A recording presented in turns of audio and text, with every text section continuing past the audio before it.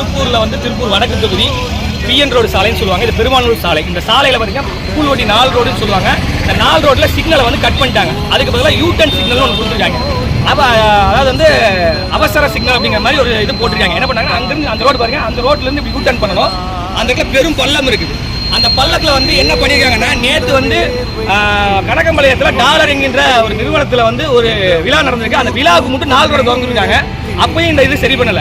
இன்று வந்து நாங்கள் நாம் தமிழர் பிள்ளைகள் வந்து இந்த கூல்வட்டி 4 ரோடு பிரிவு பக்கத்தில் இதை நாங்கள் சரி செஞ்சுட்டு இருக்கும்போது காவல்துறை வந்து இதை நாங்கள் பார்த்துக்கிறோம், நீங்க விட்டுருங்க அப்படின்னு சொல்லியிருக்காங்க. ஒருவேளை காவல்துறை இது வந்து சரியான முறையான நடவடிக்கை எடுக்கல அப்படின்னா இது வந்து அரசாங்கமோ இல்லை இந்த தொகுதி எம்எல்ஏவோ இதுக்கு வந்து சரியான முடிவை எடுப்பீங்கன்னு சொல்லி நம்பிக்கையோடு நாங்கள் இருக்கோம். நாம் தமிழர் பிள்ளைகள் இதை இதோட விடுவதாக இல்லை.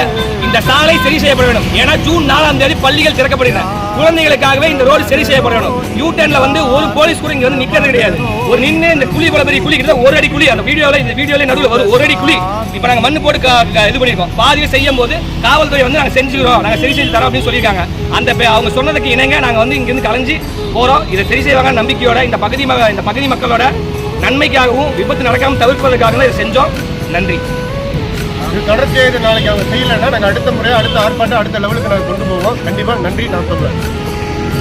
யார் பெற்ற மகனோ நீ, யார் பெற்ற மகனோ இந்த ஊர் கும்பிடும் குலசா